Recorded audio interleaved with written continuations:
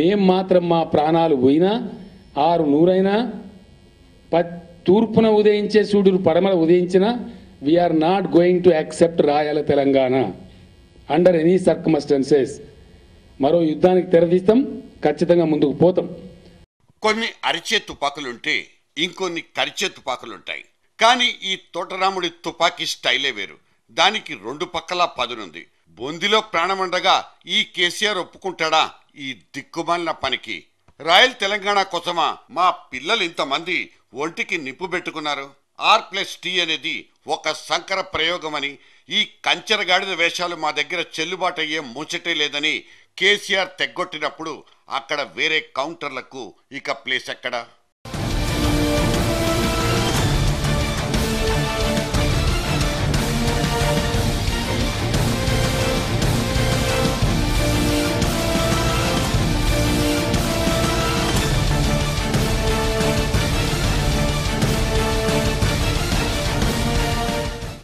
మళ్లీ బంధులంటూ తను బయటికి తీసిన ఈ కొత్త బంధుకు ఎన్ని పార్టీలకు బొంద పెడుతుందో లెక్క తెలీదు.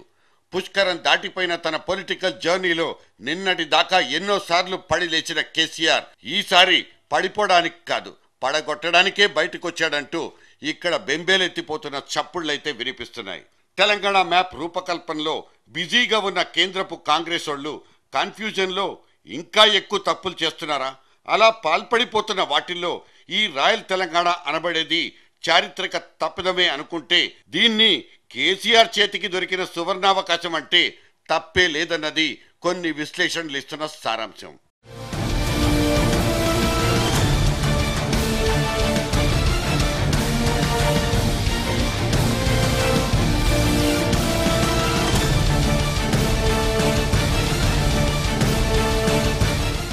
అలా ఫీలర్లు వదిలి ఇలా పారిపోయే వ్యూహాగానాల గంధర్వుడు ఉరఫ్ గ్రూప్ ఆఫ్ మినిస్టర్స్ నిజానికి ట్రబుల్ షూటర్సా లేక ట్రబుల్ మేకర్సా తెలియకుండా ఉంది.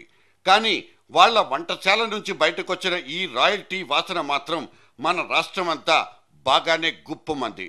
ఇది రూమర్ కాదు, ఇందులో పక్కా గ్రామర్ ఉందని తేల్చుకున్న తర్వాతే ఒక్కరొక్కరుగా పెద్దసార్లందరి దగ్గర స్పందన కనిపించింది.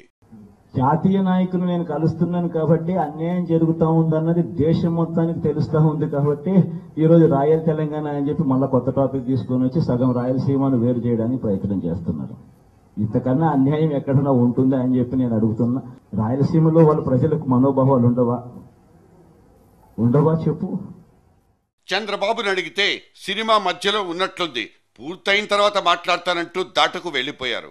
కానీ కేసీఆర్ ఇచ్చిన స్టేట్మెంట్ మాత్రం స్వచ్ఛంగా శీలవంతంగా అనిపించింది.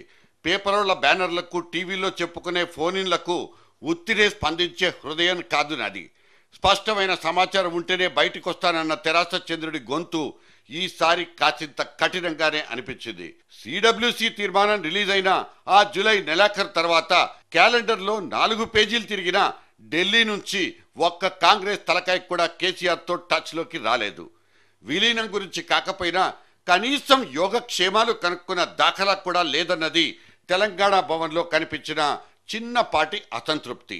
పైగా విజయోత్సవాలు జరుపుకోండి, ఎవరికి వాళ్ళు కటౌట్లు కట్టుకుని ఊరేగండి అంటూ సొంత పార్టీలోళ్లకు ఆదేశాలు ఇచ్చేసింది కాంగ్రెస్ హైకమాండ్.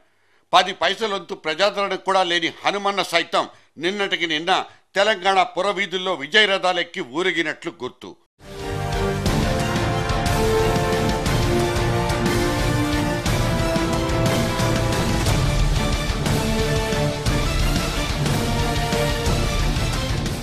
సో అక్కడ కాంగ్రెస్ పార్టీ గీసుకున్న రోడ్ మ్యాప్ మీదే చీలిక పనులన్నీ చకచకా సాగిపోతున్నాయి.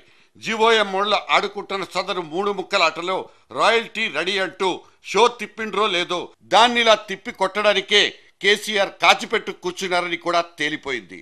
నిజానికి అక్కడ ఎంత చిరిగి చాటైతే ఇక్కడ కేసీఆర్ పార్టీకి అంత లాభసాటి. ఆ మేరకు గులాబీ క్యాడర్లో మెంటల్ బ్యాలెన్స్ కూడా కుదిరిపోయింది. తెలంగాణ వచ్చినా అదే గిరాకీ, వచ్చే తెలంగాణ ఆగిపోయినా అదే గిరాకీ. పడ్డది బొమ్మ బొరుస అన్నది అక్కడ బేఫికర్.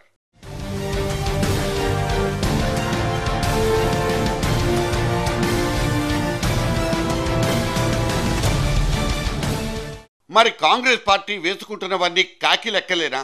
కాంగ్రెస్ కు ఇప్పటికీ అంతో ఇంతో గిరాకీ ఉందంటున్న ఆ 2 సీమ జిల్లాల్ని ఇటు పక్కకు లాగి తెలంగాణతో బలవంత పెళ్లి జరిపిస్తే అక్కడ జగన్ బొమ్మ ఆడకూడదు. ఇటు కల్వకుంట్లోళ్ల కమర్షియల్ వాల్యూస్ దెబ్బైపోవాలి. కాంగ్రెస్ పార్టీ టీమ్స్ అంటేనే ఇంత పక్కా మాస్ ఎలిమెంట్తోనే కనిపిస్తాయి.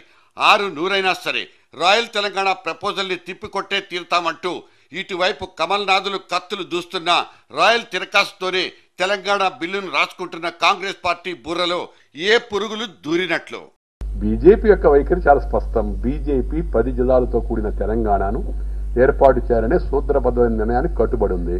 దాంట్లో ఎలాంటి మార్పులు వచ్చినా ఆ విషయాలపైన పార్టీ మరలా కేంద్ర స్థాయిలో రాష్ట్ర స్థాయిలో కూర్చొని చర్చించుకోవాల్సి ఉంది. అంటే మా వైఖరిలో ఇప్పటి వరకైతే ఎలాంటి మార్పు లేదు. టీ బిల్లు కనుక పార్లమెంట్ టేబుళ్ల దాకా వచ్చి అక్కడ ఒక్కసారి వీగిపోయిందంటే అదో చావు దెబ్బ కిందే లెక్క. ఆ తర్వాత 1000 జన్మలెత్తినా తెలంగాణ వాదం బలం పుంజుకునే ఛాన్సే ఉండదు. ఈ మాత్రం సూక్ష్మం తెలియనంత ఎర్రిబాగులోలా అంటే అది కాదు. కేసీఆర్ అండ్ కాంగ్రెస్ 2కి 2 కాకలు తిన్న శిబిరాలే. మరి ఎందుకింత పీకల వెతికి తెచ్చుకోవడం, తాడు తెంపుకునే కార్యక్రమాలకు పాల్పడిపోవడం, ఏ విశ్లేషణకు కూడా అంతుబట్టని పరిస్థితి.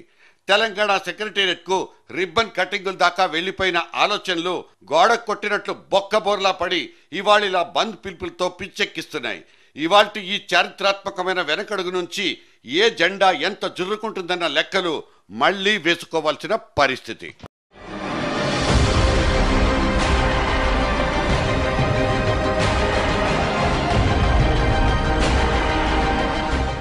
అటు మొన్నటిదాకా స్టేజీలెక్కి ఇదిగో వచ్చేసింది అదిగో వచ్చేసిందంటూ ఊదరగొట్టేసిన తెలంగాణ కాంగ్రెస్ మనుషులు కూడా ఇవాళ పత్తా లేరు. రాయల్ తెలంగాణ ప్రతిపాదన మీద టీ కాంగ్రెస్ కూడా ఓ సంతకం పడేసిందా అన్నది అంతు పట్టదు. తెలంగాణ సీఎం సీటుకు కర్చీఫ్ లేసుకునే పనిలో నిండా మునిగిపోయిన పంచాయతీ పెద్దలంతా ఇవాళ నిశ్శబ్దం పాటించడం వెనుక మర్మమేంటి? నిన్న జరిగిపోయిన కేబినెట్ మీటింగ్లో కూడా తెలంగాణ మంత్రులు కిక్కురు మనకుండా కూర్చుండిపోవడం వింతగా కూడా అనిపించింది. కిరణ్ కుమార్ రెడ్డి గాని, ఆయనంటే కష్టమంటున్న టీ కాంగ్రెస్ మంత్రులు గాని చప్పుడు చేయడం మానేస్తే అదో అచ్చమైన నాటకీయత.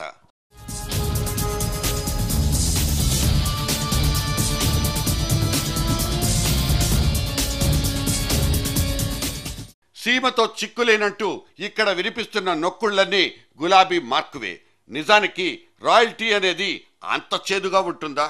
కాదు కాదు, కషాయంలా అనిపించినా ఇదే రోగం తగ్గించే మంచి ఔషధం అంటున్న వాళ్ళు లేకపోలేదు.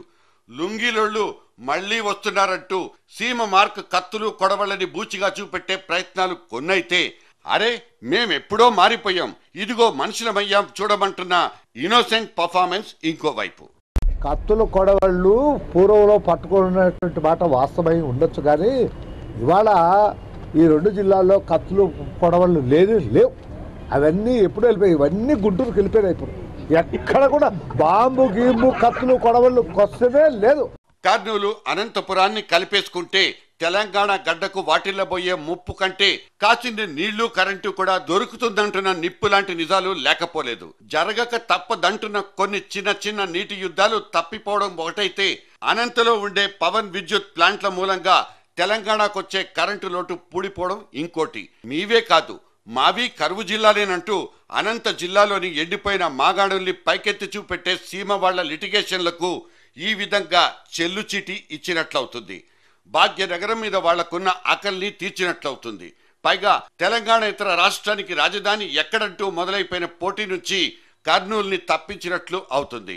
రాయల్ తెలంగాణతో రాజకీయ లాభాలే కాదు, నికార్సైన ప్రజా ప్రయోజనాలు ఉన్నాయి. వాటిని కూడా బేరీజు వేసుకున్నాం అన్నది జీఓఎం దగ్గరున్న జబర్దస్త్ జస్టిఫికేషన్.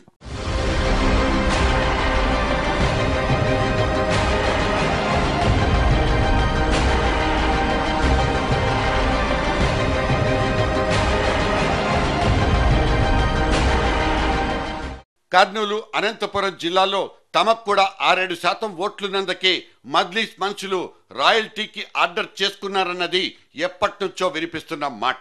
సీమను చీల్చి చెండాడడం ద్వారా జగన్ కున్న వెయిట్ లో కొంతలో కొంతైనా తగ్గించొచ్చన్నది కాంగ్రెస్ పార్టీ కుతంత్రం అంటూ ఇంకో వాయిస్. సెటిలర్లున్న హైదరాబాదు సీమాంధ్రకు అతుక్కుని ఉన్నందుకు దక్షిణ తెలంగాణ ఈ రెండు ఇప్పటికే పాక్షికంగా దూరమైన నేపథ్యం తెరాసది. ఇవాళ తమకు ఎలాంటి రాగబంధం గాని రాజకీయ బలగం గాని లేని సీమ జిల్లాల్ని బలవంతంగా అంటగడితే ఆ తర్వాత కన్ను లొట్టపోయినట్లయినన్న బెంగతోనే ఇవాళ రాయల్ తెలంగాణకు కేసీఆర్ నో చెప్తున్నారా? ఇప్పటికైతే గులాబీ శ్రేణుల లోపలున్న ప్రధానమైన గుబులు ఇదేనన్న వాదనే బలంగా వినిపిస్తోంది.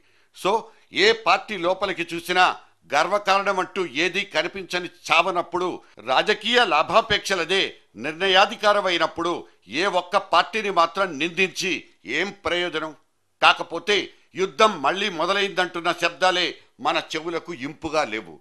వాళ్ల రాజకీయ ప్రయోజనాల మాటేమో గాని రాష్ట్రానికి మళ్లీ రావణ కాష్టపు రోజులు దాపురిస్తాయన్నదే మన బెంగంతా. Fear times again and ahead.